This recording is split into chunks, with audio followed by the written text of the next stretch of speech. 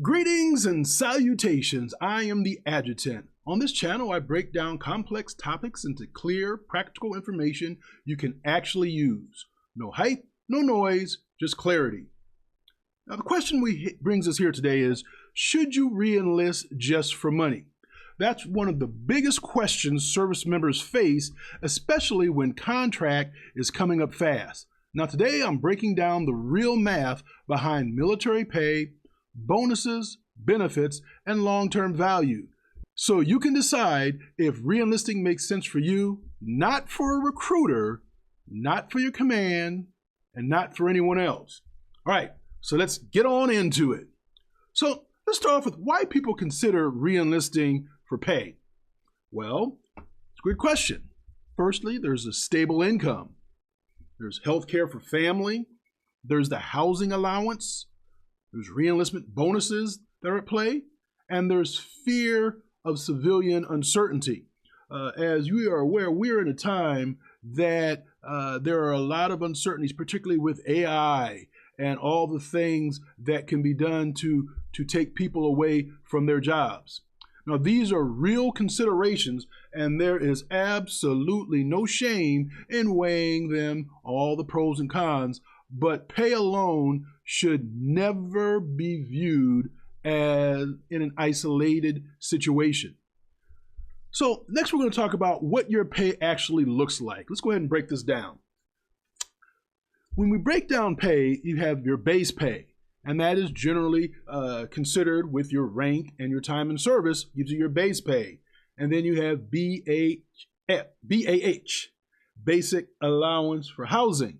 And that is depending upon your location, that will determine so much based off of your location. It's kind of like in the federal service, you get locality pay depending on where your federal job sits. And then there's BAS, and there's special and incentive pays for career field. That's career field specific, you know, for all those in tech fields out there, as well as, you know, AI and cybersecurity. Bonuses, now this is taxed, it's one time, but it's not guaranteed. So here's the key question. Is your pay increasing faster than your responsibilities and time costs? Now, the hidden values people miss is what we're going to talk about. Your healthcare costs in the civilian world are astronomical, particularly without the subsidies. Obamacare subsidies, those things, depending on what Congress does in the future, but at the time of taping this, you know, that was at play. There's tuition assistance and GI Bill. That is a huge miss that people don't consider. Then you have the retirement multiplier. So the more time you stay in, the more of an increase to your retirement income. There's job security during shutdowns. When you work for the federal government, particularly the military, the government shuts down, you know what? You're going to get paid. Now, what we're going to do is we're going to ask some very hard questions. What could you earn civilian side with your skills?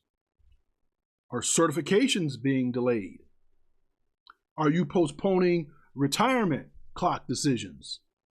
Family impact and quality of life is something to remember. So sometimes the cost of staying in is what you're not earning elsewhere. So when considering pay, who does re-enlisting make sense for? Well, re-enlisting makes sense if you're close to retirement, you have dependents relying on TRICARE. Now remember, TRICARE is a phenomenal benefit plan, medical. You're in a high bonus or high skilled MOS or AFSC. You're maximizing your education benefits. That's who re-enlisting for pay makes sense for. There may be others. If there's more, put them down below and tell us why you think re-enlisting makes sense for them. Now, when pay should not be the deciding factor: burnout, medical or family strain, limited promotion potential, significant skill growth.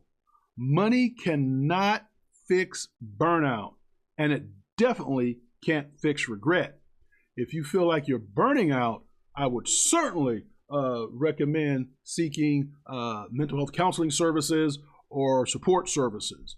but that is certainly something you do not want to have be your deciding factor, because once you pull the trigger on it, you're done with the military.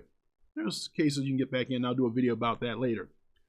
So re-enlistment is a business decision, not an emotional one. Run the numbers, compare the options, think long term, and remember your time is the most valuable asset you have. Before we wrap up, I want to leave you with this. Information only matters if you understand it, and understanding gives you options. Whether we're talking about military pay, benefits, travel, or bigger life decisions, the goal here is to always have clarity over confusion. Too many people move through systems they don't fully understand, and that costs them time, money, and peace of mind. My goal with this channel is kind of slow things down, break things apart, and give you the context you need to make better life decisions.